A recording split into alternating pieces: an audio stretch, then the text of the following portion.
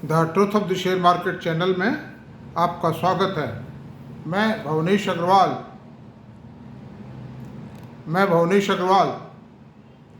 कल हमने चर्चा की थी कि देश के प्रमुख औद्योगिक घरानों में से किसने क्या दिया और किसने क्या लिया।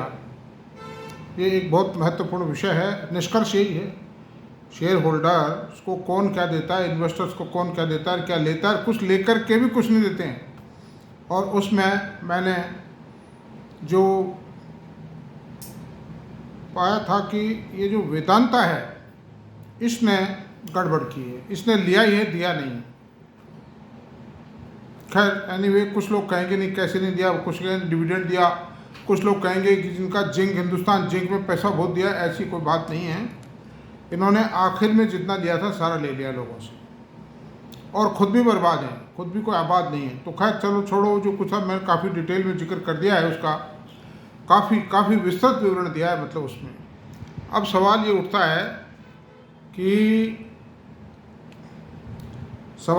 है कि रात को अमेरिकी मार्केट्स का क्या रहा। अमेरिकी मार्केट बहुत तेज़ हो गई अचानक।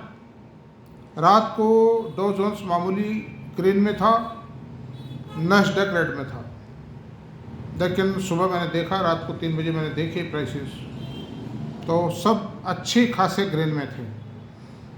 तो ये इससे सीखने की आवश्यकता है दोस्तों। कारण क्या है कि ऑपरेटर्स किस तरह खेलते हैं बाज़ार में। 2, 3, 4, 5 दिन तक गिरा दिया, फिर चढ़ा दिया उसको एकदम, और गिराने का भी जस्टिफिकेशन देते हैं और चढ़ाने का भी जस्टिफिकेशन देते हैं। तो खैर एनीवे, तो प्रक्रिया चलती रहेगी, सतत प्रक्रिया है, ये कोई नई बात नहीं है, कोई ख़ास बात नहीं है, ये चलती रहेगी। शेयर बाज़ार की प्रवृत्ति ऐसी है। अब सवाल ये है कि परिणामों की घड़ी पास आ रही है, नतीजे आने वाले हैं। मंगलवार को नतीजे आएंगे। आज आएगा एग्जिट पोल के परिणाम आएंगे आज। एग्जिट पोल को एग्जैक्ट पोल नहीं है, फाइनल नहीं है, वो एक एस्टिमेशन होता है कि मतदाता जब मतदान करके बाहर निकलता है तो उससे सर्वे कंपनीज, मीडिया ये सब पूछ लेते हैं कि भाई आपने क्या तरकीब से, आपको किसकी सरकार पसंद है, आपने किसके नाम पर आप वोट देना चाहोगे, इस तरह उससे पूछ लेते हैं। कौन प्रधानमंत्री अच्छा लगता है, कौन सा नेता अच्छा लगता है, इस तरह के सवाल पूछ के तय कर लेते हैं। आप देखते हो टीवी पे रोजाना का काम है, कोई खास बात नहीं। तो मेरा मतलब यही है कि एग्जिट पोल में वैसे तो बहुत कुछ आइडिया लग जाता है, बहुत कुछ आइडिया लग जाता है, लेकिन हो सकता है कि एग्जिट पोल में कुछ पोल ये बताएं कि साहब 285-90 सीट आ रही है बीजेपी की, या 272 सीट आ रही, 270 आ रही। तो बट नेचुरल है कि बाज़ार के अंदर जो ऑपरेटर्स है उसको वो जिस तरह जैसे घुमाना चाहेंगे घुमा देंगे वो। It is purely short term में ऑपरेटर्स गेम होता है शेयर बाजार। तो सवाल ये है कि आप उस पैनिक में घबरा कर और कहीं कोई निर्णय ले लें, कोई माल बेच डालें, या ज़्यादा टूट गया तो खरीद लो, कुछ भी मत कीजिए। आप 10-20 हज़ार रुपये कमा भी लोगे बाई चांस, तो उससे क्या होना है। मतलब रिस्क कितनी है, अनिश्चितताएं कितनी हैं। और अगर कोई खरीदने की इच्छा कर भी जाए तो आप सॉलिड शेयर खरीदना, मतलब अच्छी क्वालिटी के शेयर जिनमें थोड़ी गिरावट आवे तो अच्छी खरीद लो, थोड़ा बहुत खरीदो, ज़्यादा मत खरीद लेना।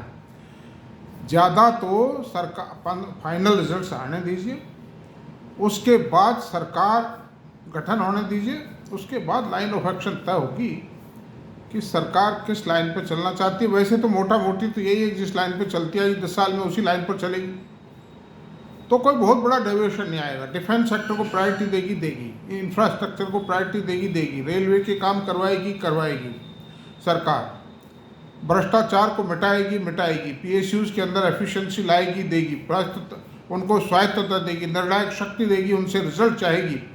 वो सब काम होंगे, वही होंगे काम। मोदी जी की पॉलिसी ये है कि देश को एकदम नीट एंड क्लीन कर दिया जाए, देश में एफिशिएंसी आवे, देश का डेवलपमेंट हो, गरीबों को सहारा मिले, एम्प्लॉयमेंट क्रिएट हो, blue collar and white collar jobs create हो। तो अब सवाल यह है कि आपको कोई घबराने की आवश्यकता नहीं है। 2004 में जब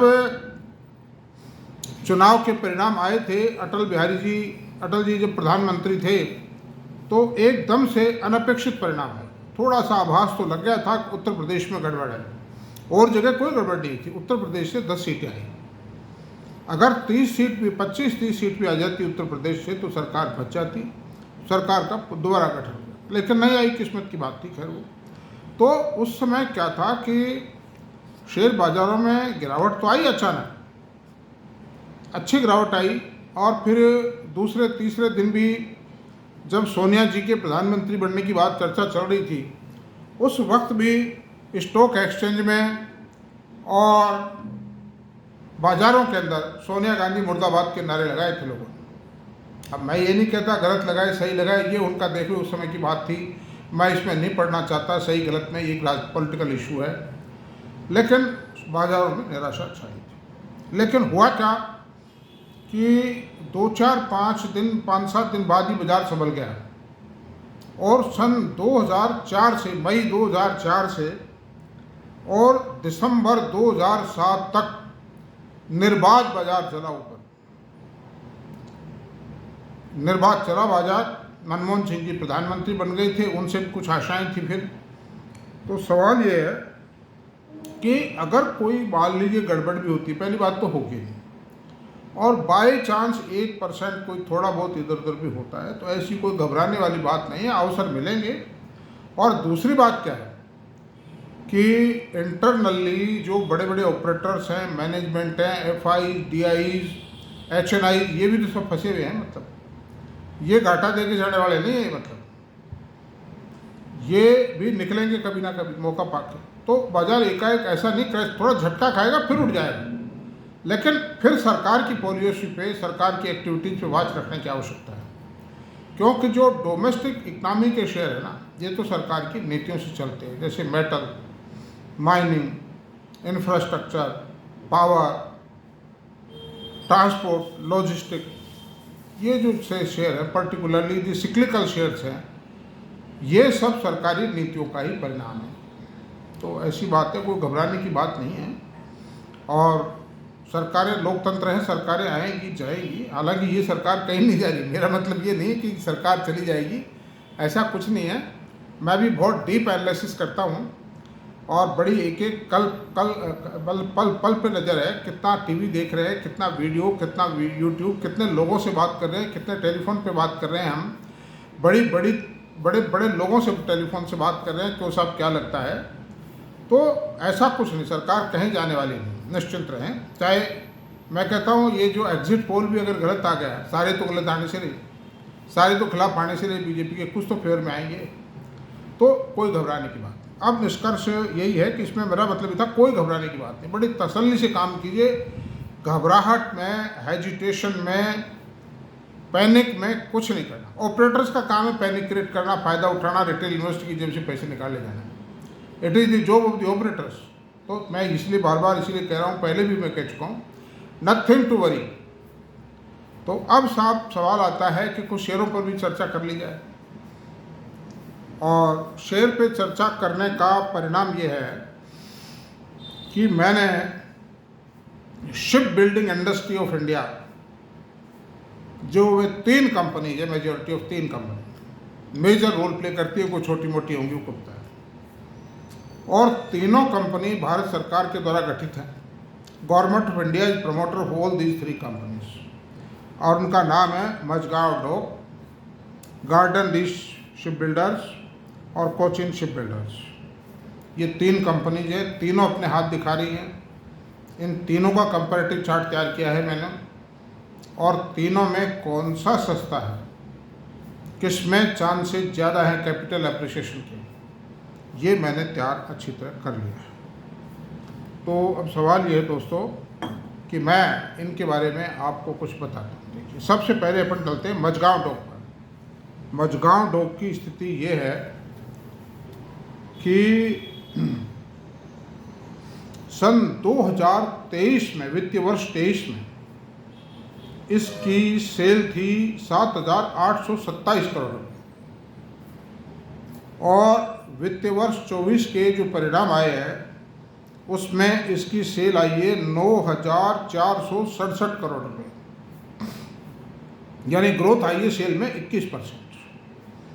अब प्रॉफिट की बात करते हैं। प्रॉफिट सन वित्तीय वर्ष 2023 में 1,073 करोड़ रुपए था और इस वित्तीय वर्ष में आया है 1,845 करोड़। तो और 96 रुपीज़ की ईपीएस आई है इस साल। इसका पी रेशियो है 33.33,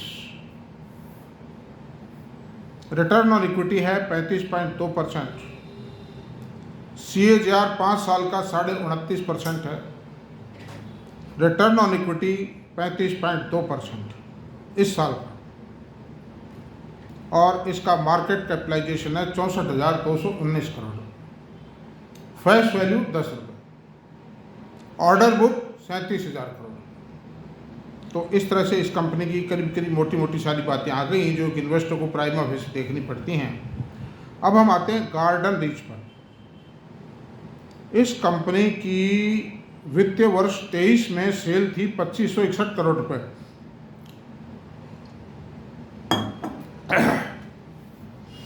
और वित्तीय वर्ष 24 में सेल आई 3593 करोड़, यानी सेल में 40% की बढ़ोतरी है।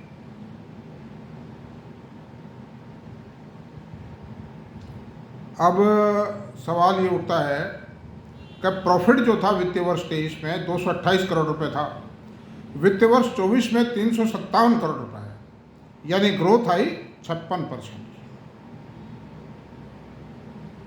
प्रॉफिट में ग्रोथ 56% आई, सेल में ग्रोथ 40% आई, और इसकी ईपीएस आई 31 रुपये 19 पैसे।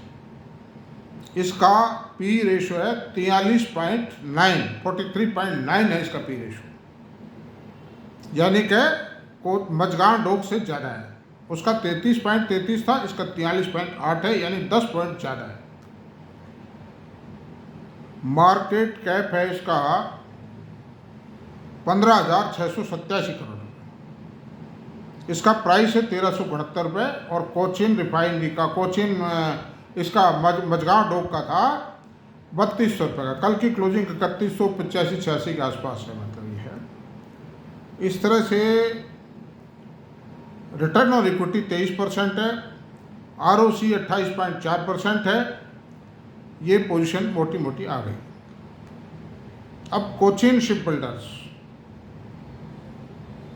गत वर्ष यानी वित्तीय वर्ष 23 में इसकी जो सेल थी वो 2,330 करोड़ रुपए थी। इस साल की सेल है 3,645 करोड़, यानी सेल में जो बढ़त आई है वो 56.34% आई, यानी तीनों कंपनियों में सबसे ज़्यादा अगर कोई ग्रोथ आई है तो कोचिन शिपयार्ड में 56.34%। प्रॉफिट था 334 करोड़ रुपए गत वर्ष 23 में, मतलब वित्तीय वर्ष 23 में, और वित्तीय वर्ष 24 में जो प्रॉफिट आया है वो 813 करोड़ रुपए है, यानी 243% की बढ़त आई, और ईपीएस है 30.51 रुपये। ये 5 पेड अप शेयर है, वो दोनों 10 पेड अप थे। ऑर्डर बुक 17,000 करोड़ रुपए है, और इस गार्डन रीच की 23,000 करोड़ रुपए थी ऑर्डर बुक, यानी कोचिन की सबसे कम है order book. Market cap 51,239 crore रुपए, और रिटर्न ऑन इक्विटी 17.2%। तो अब इन तीनों कंपनियों के डाटाज का अगर विश्लेषण किया जाए तो मेरे हिसाब से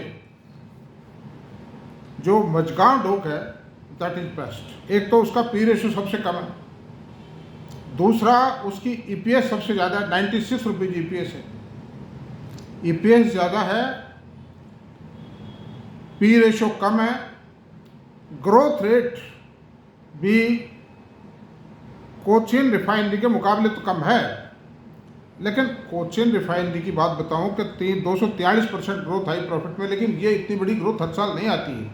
और इसमें अदर कंपोनेंट कुछ, ये जो अदर इनकम थी उसका कंपोनेंट थोड़ा सा शामिल होने से जो ग्रोथ परसेंटेज ज़्यादा है, हर साल अदर इनकम इतनी ज़्यादा नहीं रहेगी। It is only a casual income. Other income सब में है, तीनों जहाज़ों में, तीनों में, लेकिन in line with the growth of the company आवे जब तो ठीक है, लेकिन अगर एक्स्ट्रा ऑर्डिनरी है तो वो हर साल नहीं आ सकती। और 243% की ग्रोथ भी हर साल नहीं आएगी। ग्रोथ मझगांव डोक में भी जो ग्रोथ आई है 71% की, 72% मानिए आपको, 72% की ग्रोथ हर साल नहीं आएगी। हमें मान के चलना चाहिए, आ जाए लेकिन हमें मानना चाहिए कि नहीं आएगी। नॉर्मल जो एक अच्छी ग्रोथ है 30-35%, वो हम मान के चलते हैं। करंट ईयर में जो वित्तीय वर्ष 25 चल रहा है, इसमें 30-35% के आसपास ग्रोथ आ सकती है। ये कोई पक्का नहीं, ये भी आएगी, हो सकता है कल को माइनस चली जाए, है कि नहीं। तो एक आकलन होता है, एस्टिमेट है, पक्की कोई चीज़ नहीं।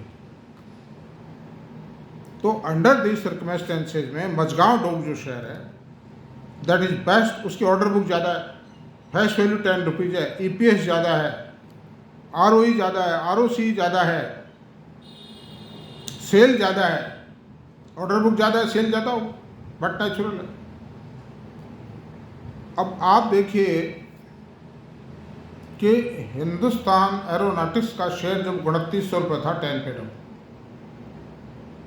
जब लोग कहते थे कुछ नहीं, क्या 2000 रुपये आ जाएगा, क्या रखा है, पढ़ाई तो था, पहले तो 800-600 रुपये बिकाए शेयर, लेकिन जब उसमें ग्रोथ आने लगी तो आज 5 पेड अप शेयर 5000 रुपये है। ये जो मझगांव डोक है, इसकी तो इस क्वार्टर की जो वर्किंग आई है, बड़ी रोबस्ट वर्किंग है, और पहले भी ठीक थी वर्किंग जो पिछले क्वार्टर्स हैं उनमें भी ठीक आई है। और मेरी कोई रिकमेंडेशन नहीं है, मैं खाली आपको एनालाइज करके बता रहा हूँ कि भाई ये 3 कंपनीज हैं, ये तीनों अच्छी हैं, लेकिन सबसे अच्छी मझगांव डोक है। तो ऐसी सूरत में मित्रों, दोस्तों, मैं आपसे एक ही बात कहूँगा कि आप खरीदें नहीं इसको, और अभी तो बिल्कुल ना खरीदें कुछ दिन तो, क्योंकि स्टेबल होने दीजिए मार्केट। और ख़रीदना भी हो तो आप अपने वित्तीय सलाहकार से सलाह लेने के बाद ही, एडवाइस करने के बाद ही, उसकी ओके होने के बाद ही मतलब आप इसमें हाथ डालें। मतलब महंगा शेयर है, और महंगे शेयरों में रिस्क फैक्टर ज़्यादा होता है।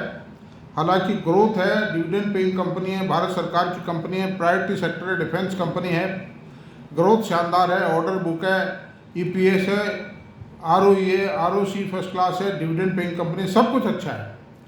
लेकिन उसके बावजूद भी आप इसका अच्छी तरह से स्वयं परीक्षण करें, जांच पड़ताल करें। मैं साइट बता देता हूँ, स्क्रीनर और moneycontrol.com दोनों के डेटाज को कंपेयर भी करें आप, मतलब क्योंकि ये डाटा में फ़र्क भी आता है। कभी मनी कंट्रोल कुछ बता देता है, कभी स्क्रीनर कुछ बता देता है। और कंपनी की खुद की साइट पर भी जाएँ। चौथा है, BSE की साइट पर भी इन तीनों कंपनियों का रिजल्ट देखें आप। किसी के कहने सुनने से ऐसे मत कर दीजिए, पैसा बहुत मुश्किल चीज़ होता है। ऐसे अगर इस तरह से पूरे विश्वास के साथ, और आपका वित्तीय सलाहकार कहता है कि भाई खरीद लो शेयर, तो ठीक है, तो भी मैं आपसे एक ही बात बताऊंगा कि इस बाज़ार की ये जो लावाधामी है ना, चुनाव परिणामों की, इसको थोड़ा सा स्टेबलाइज होने दीजिए। और अगर 3200 के अंदर मिले जब तो ठीक है, 10-5 शेयर खरीदते रहो। अगर महंगा मिलता है रुक जाइए, करेक्ट होगा, और 3200 से भी सस्ता मिलेगा। मैं आपको बताऊँ, अभी रिजल्ट के कारण चढ़ा दिया, रिजल्ट शानदार आया है, ऑपरेटर्स को मालूम था रिजल्ट आते ही खींच के, और माल, ताकि माल बिक जाए। एंट्री मैंने भी ली है इस शेयर में, शुरू किया है इसमें इन्वेस्टमेंट, बहुत मामूली लॉट लिए हैं। अभी खरीदेंगे, देखेंगे तसल्ली से। लेकिन मेरे खरीदने का, मैंने खरीद रहा हूँ, उसका मतलब ये नहीं कि आप खरीद लें, ऐसा कुछ भी नहीं कहने का मतलब। रिस्क मेरे से, गलती मुझसे भी हो सकती है, गलती हर इंसान है, मुझसे गलती हो सकती है। मैं मेरे फ्रेंड्स को बताता हूँ, भाई देखो चेक कर लेना, गलती मुझसे भी हो सकती है। रिलेटिव्स है, फ्रेंड्स है, अब उनकी हेल्प तो करनी पड़ती है, बताना भी पड़ता है, तो मैं उनसे साफ कह देता हूँ, भाई देखो ऐसा है, चेक कर लेना वैसे। तो ऐसी स्थिति है, तीनों कंपनीज का स्टडी करो। मुझे मझगांव डोक अच्छी लगी, मेरा ये विश्लेषण है, मतलब ये खाली ये पर्सनल ओपिनियन है, ये कोई ज़रूरी नहीं सही हो ये ओपिनियन, इसलिए आप देख लें। और आज शाम को 6 बजे एग्जिट पोल को ज़रूर देखें। ईश्वर ने चाहा सब कुछ अच्छा होगा, और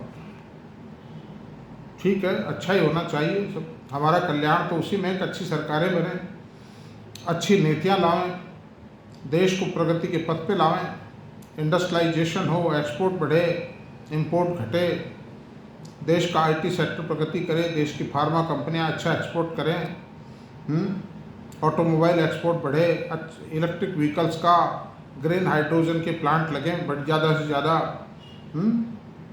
पेट्रोलियम एक्सप्लोरेशन हो, पेट्रोलियम रिफाइनरीज लगें, पावर प्रोडक्शन बढ़े, कोल प्रोडक्शन बढ़े देश में। वो जब भी संभव है जब अच्छी सरकारें हैं, वरना पॉलिसी पैरालिसिस के कारण ज़मीन थोड़ी उगलेगी अपने आप। ज़मीन ने तो, धरती माता ने तो कह रखा है मेरे पास निकाल लो भाई, मैं तो परमिशन देती हूँ, लेकिन निकालने वाला कोई जाएगा ही नहीं, या कोई जाना भी चाहता है निकालने के लिए तो उसको जाने ही नहीं देगी, तो कैसे निकलेगा ये बताइए आप। तो खैर आज इतना ही, चर्चा को समाप्त करते हैं। सूक्ष्म ऐसे मतगणना की पूर्व बेला पर हम सब कुशल मंगल की कामना करते हुए समाप्त करते हैं। और मेरा वीडियो अगर आपको पसंद आया हो तो प्लीज़ इसको सब्सक्राइब करें, लाइक करें, शेयर करें, कमेंट करें। Thank you very much. कल मिलते हैं।